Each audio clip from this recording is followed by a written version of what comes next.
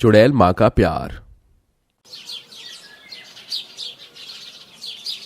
ये कहानी एक चुड़ैल माँ के प्यार की है, जिसने अपने बच्चों को प्यार तो दिया, लेकिन बदले में उसे अपने बच्चों का प्यार कभी न मिल सका।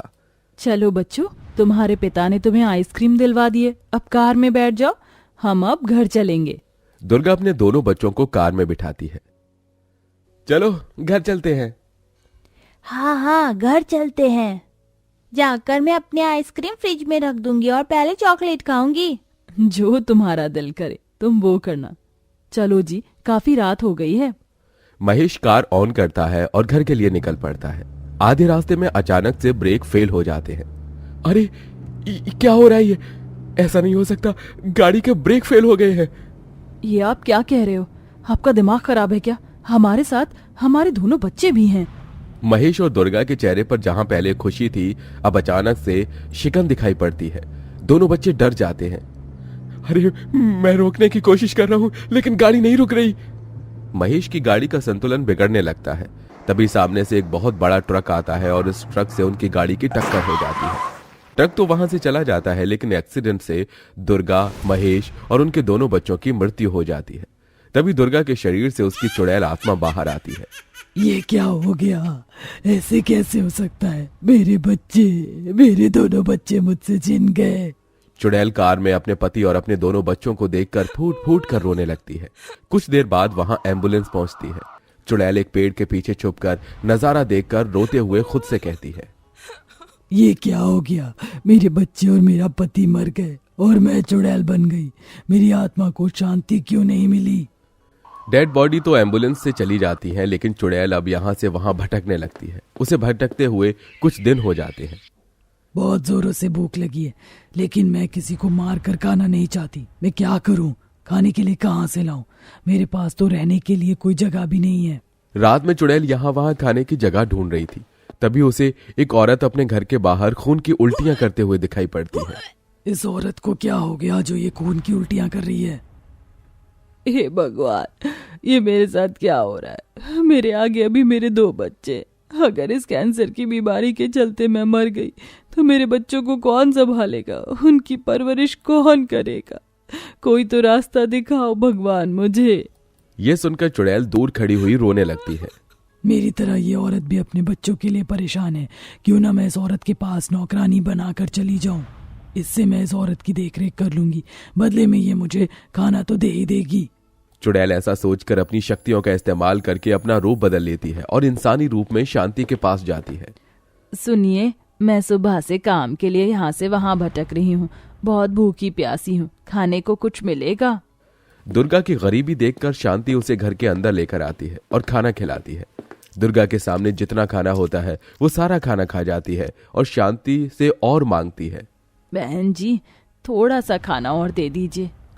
इस तरह दुर्गा पेट भरकर खाना खा लेती है। उसे देखकर शांति मन में सोचती है, अगर मैं इसे घर में रख लूं नौकरानी के चलते, तो तुम मेरे बच्चों की देखरेख में थोड़ी मदद हो जाएगी। सुनो, क्या तुम मेरे घर में काम करोगी? अगर तुम मेरे घर में काम करोगी तो मैं तुम्हें रोजाना पेट भरकर खाना दे दिया करूंगी। जैसा दुर्गा चाहती थी बिल्कुल वैसा ही होता है। शांति उसे घर में काम करने के लिए रख लेती है।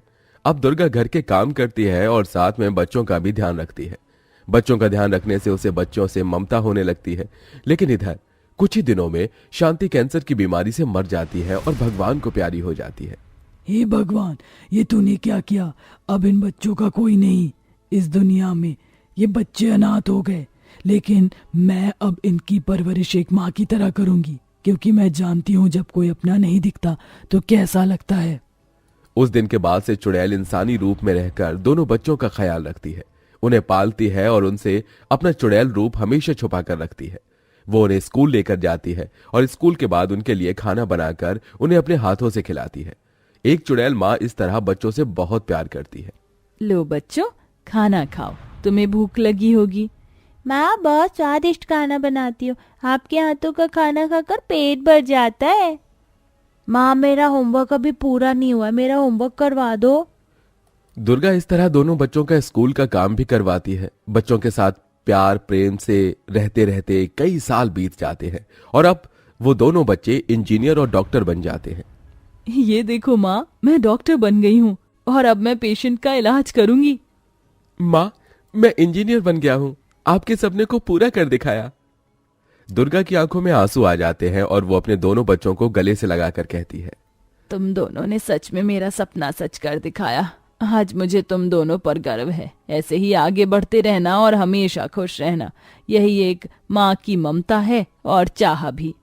दुर्गा अपने बच्चों को प्यार करती है, लेकिन तभी प्रीति के पास एक फोन कॉल आता है। डॉक्टर, आपको फौरन अस्पताल आना होगा, एक बहुत अर्जेंट केस आया है। ठीक है, मैं अभी निकलती हूँ। करण भैया, हॉस्पिटल में एक इमरजेंसी केस आया है, जरा मुझे अस्पताल तक अपनी कार में छोड़ दीजिए। करण प्रीति को अपनी कार में बिठाता है, जिसके बाद दोनों भाई बहन हॉस्पिटल के लिए निकल पड़ते हैं। लेकिन तभी कार में बैठे हुए प्रीति को याद आता है, हे भगवान, ये क्या? भैया, मैं अपना आइडेंटिटी कार्ड लाना तो भूल ही गई। अगर आइडेंटिटी कार्ड नहीं होगा तो एंट्री करने में मुझे बहुत ज्यादा समय लग जाएगा, इसलिए 1 मिनट घर जाकर आईडी कार्ड ले लेते हैं। अच्छा चलो ठीक है, अगर इतना ही जरूरी है तो मैं कार मोड़ लेता हूँ। करण कार मोड़ लेता है। दोनों भाई बहन घर पहुंच जाते हैं। माँ कहाँ हो आप? माँ, लगता है अपने कमरे में गई होंगी। प्रीति अपनी माँ को ढूंढते हुए उनके कमरे में पहुंच जाती है, लेकिन प्रीति जैसे ही अपनी माँ को उसके कमरे में देखती है तो वो देख के बहुत तेज चिल्लाती है और वहीं बेहोश हो जाती है। उसकी आवाज से करण भी भागकर वहां आता है। प्रीति, प्रीति क्या हुआ? इतनी जोर से क्यों चिल्ला रही थी?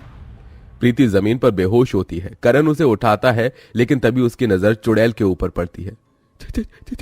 चुड़ैल? चुड़ैल? चुड़ैल नहीं बेटा, मैं तुम्हारी माँ हूँ। नहीं, आप मेरी माँ नहीं हो सकती। आप एक बहुत भयानक चुड़ैल हो। मैं ही तुम्हारी माँ हूँ। मैंने बचपन से अभी तक तुम्हें इतना बड़ा किया है, कैसे भूल सकते हो अपनी माँ को? तभी प्रीति को भी होश आ जाता है और चुड़ैल अपने दोनों बच्चों को बीते हुए कल के बारे में बताती है। मैंने मान लिया आपने हमारी इतनी देख रेख की, हमें पाल कर इतना बड़ा किया, लेकिन आप एक चुड़ैल हो। आपको इस दुनिया में रहने का कोई अधिकार नहीं। आप यहाँ से चली जाओ। तुम ये कैसी बातें कर रही हो? अपने बच्चों से दूर में कैसे रह पाऊंगी? थोड़ा मेरे बारे में सोचो। नहीं, अगर हमसे थोड़ा भी प्यार करती हो तो यहाँ से चली जाओ, वरना हम यही समझेंगे कि तुम झूठी हो और हमारी माँ नहीं हो। एक माँ की ममता को ललकार रही हो। ठीक है, अगर ऐसी बात है तो मैं यहाँ से हमेशा के लिए जा रही हूँ। तुम दोनों बस हमेशा खुश रहना। चुड़ैल ऐसा कहकर वहां से हमेशा हमेशा के लिए चली जाती है, जिसके बाद करण और प्रीति उस घर में अकेले रहने लगते हैं। अपनी चुड़ैल माँ के जाने के बाद उन्हें अपनी चुड़ैल माँ की बहुत याद आती है। माँ थी तो कितना अच्छा लगता था। अपने हाथों से हमें वो खाना खिलाती थी, घर में हमें कोई भी काम नहीं करने देती थी और कितना प्यार भी करती थी। तुमने बिल्कुल सही कहा, मुझे भी माँ की बहुत याद आ रही है। काश हमने उन्हें जाने के लिए ना कहा होता। अपनी माँ को याद करते हुए दोनों भाई बहन रोने लगते हैं। तभी चुड़ैल माँ उनके सामने प्रकट होती है। सही कहते हैं, एक औरत जब माँ बनती है तो उसकी ममता उसे अपने बच्चों के पास खींच लाती है। माना तुम्हें मैंने अपनी कोख से जन्म नहीं दिया, लेकिन पाला अपनी संतान से भी बढ़कर है। चुड़ैल माँ अपने दोनों बच्चों को गले से लगा लेती है। उस दिन के बाद से चुड़ैल माँ कभी कभी अपने बच्चों से मिलने उनके पास आ जाती है। वहीं अपनी माँ की हकीकत जानने के बाद भी दोनों भाई बहन खुशी खुशी चुड़ैल माँ के साथ रहने लगते हैं।